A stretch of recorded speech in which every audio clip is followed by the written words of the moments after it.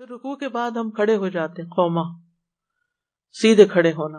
اس میں ایسے نہیں کرنا چاہیے بس ایسے کھڑے ہوئے تو ایسے بس ڈھیلے ڈالے کھڑے ہو، نہیں، اسٹریٹ کھڑے ہو جائیں، سر نیچے ہو.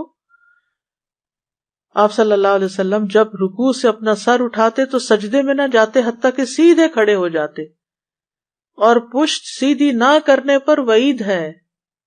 رکوع اور سجدے سے سیدھے ہونا چاہیے. کئی لوگ سجدہ کرتے اور تھوڑا سا ہی اٹھتے ہیں، سیدھا نہیں ہوتے، واپس سجدے میں چلے جاتے ہیں. درست نہیں ہے. نبی صلی اللہ علیہ وسلم نے فرمایا، اللہ بندے کی اس نماز کی طرف دیکھتا بھی نہیں جس میں وہ اپنی پشت کو اپنے رکوع اور اپنے سجدے کے درمیان سیدھا نہیں کرتا. یعنی رکوع اور سجدے کے بعد جب تک وہ سیدھا نہیں ہوتا تو اللہ تعالیٰ اس نماز کو دیکھتا بھی نہیں. ٹھیک ہے، بڑھاپے کی وجہ سے کمر جھک جاتی ہے، تکلیف کی وجہ سے انسان سیدھا نہ کر سکے، اکڑ جاتی بعض لوگوں کی کمر، اسی لیے ہم کہتے ہیں، ہم کیا کہتے ہیں، ہم کمر سیدھی کر لیں.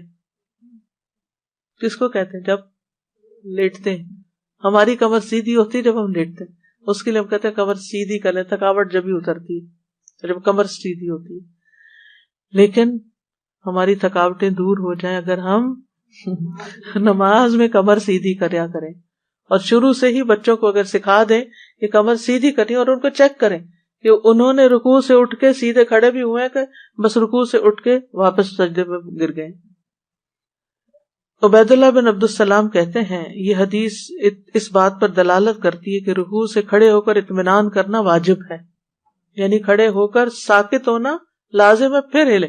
یعنی ایک دفعہ آپ اٹھے، آپ اسٹل اسٹینڈ ہو، پھر اس کے بعد نیچے کو جائیں، ہلتے جلتے نہیں. پھر کھڑے ہو کر بھی کچھ دعائیں پڑھتے ہیں، یعنی کھڑے ہوتے ہوتے قوما کی دعائیں. سمع اللہ لمن حمدہ ربنا ولک الحمد حمدا کثیرا طیبا مبارکا فیہ. یہ دعا بھی جس نے پڑھی تھی اس کے لیے 30 فرشتے آگے بڑھے اس کو اٹھانے کے لیے. اتنا اجر تھا، بڑا عظیم اجر اس دعا کا. پھر اسی طرح سمع اللہ لمن حمدہ اللہم ربنا لک الحمد ملء السماوات وملء الارض وملء ما شئت من شیء بعد. پھر اسی طرح حمد کی کچھ اور دعائیں، یعنی قوما کی کچھ اور دعائیں بھی ہیں جو اسی معنی سے ملتی جلتی ہیں، لیکن ان کے اندر دعا بھی شامل ہے.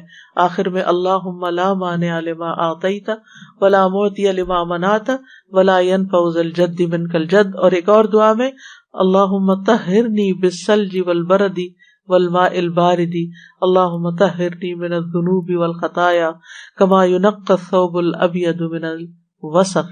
دنس کی بجائے یہاں وسخ یعنی میل کچیل کا لفظ آیا. پھر سجدے کا وقت آ جاتا ہے تو قرآن مجید میں سجدہ کرنے کا حکم دیا گیا ہے. فَاسْجُدُوا لِلَّهِ وَاعْبُدُوا.